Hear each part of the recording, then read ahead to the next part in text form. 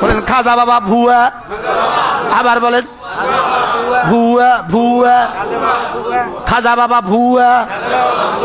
আবার বলেন মুস্তাকুন নবী সাহেব বুয়া, খাজা গরিব নওয়াজ জিন্দাবাদ, খাজা গরিব নওয়াজ জিন্দাবাদ। আপনি অনতিবিলম্বে প্রকাশ্যে আপনার বক্তব্যের ভুল স্বীকার করে তওবা করেন, না হয় জাতি আপনাকে ক্ষমা করবে না। সোশ্যাল মিডিয়ার কল্যাণে আমাদের সবার হৃদয়ে আঘাত এনেছে তথাকথিত কওমি অঙ্গনের, যাকে কওমি ভাইয়েরা হাকিমুন নফস বলে আখ্যায়িত করেন, উনি খুবই বিরূপ এবং বাজে একটি মন্তব্য করেছেন খাজা গরিবে নওয়াজকে নিয়ে। প্রথমে আমাদেরকে জানতে হবে খাজা গরিবে নওয়াজকে, যিনি ভারত উপমহাদেশের প্রথম এবং প্রধান ইসলাম প্রচারক, যার হাতে প্রায় 90 লক্ষ বিধর্মী মুসলমান হয়েছেন। এমন মহান ব্যক্তিত্বকে আপনি এতেকাফের মজলিসে মানুষকে যেখানে দিন ধর্ম শিক্ষা দিবেন তা না দিয়ে আপনি শিক্ষা দিচ্ছেন খাজা বাবা ভুয়া, খাজা বাবা ভুয়া এই স্লোগান দিয়েছেন। তাতে করে এদেশের অলিপ্রেমিক মানুষদের হৃদয়ে আপনি আঘাত করেছেন, পাশাপাশি আপনি চরম অন্যায় করেছেন। আপনি যে মিম্বারে বসে দরজ দিচ্ছেন,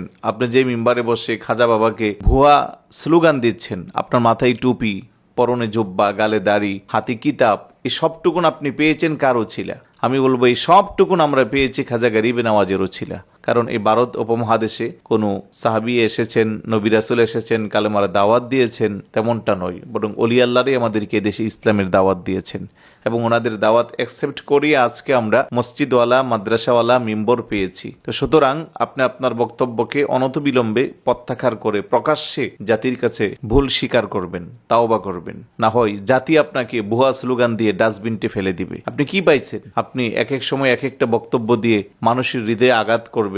আপনি দায়িত্বশীল ব্যক্তি হয়ে এমনটা করতে পারেন না। কওমি অঙ্গনের আলেমরা আপনাকে মাতার তাজ মনে করে। আমার বিশ্বাস আপনার এই বক্তব্যে অনেক কওমি আলেমরাও ব্যতীত হবে, কারণ কওমি অঙ্গনের অনেক আলেম আছে যারা অলিদেরকে মহাব্বত করে, অলি আল্লাহকে ভালোবাসে। আমার পরিচিত এমন অনেক আছে যাদের বংশে, যাদের পিতৃপুরুষের মধ্যে অলি আল্লাহ ছিল।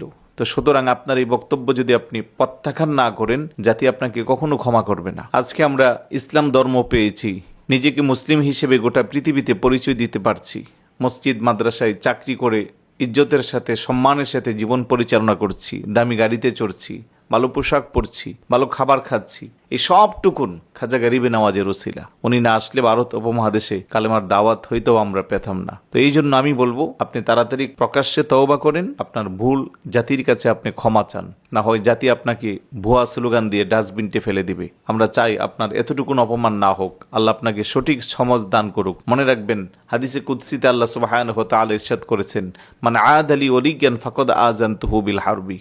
আমার অলিদের বিরুদ্ধচারণ যারা করবে তাদের বিরুদ্ধে আমি আল্লাহ যুদ্ধ ঘোষণা করব। সুতরাং আপনার মতো এমন হাজারো হাকিমুন নফস আল্লাহর যুদ্ধের মোকাবিলা করার 0% কোনো আপনাদের ক্ষমতা নাই। আল্লাহ আপনাকে সঠিক বুঝ দান করুক।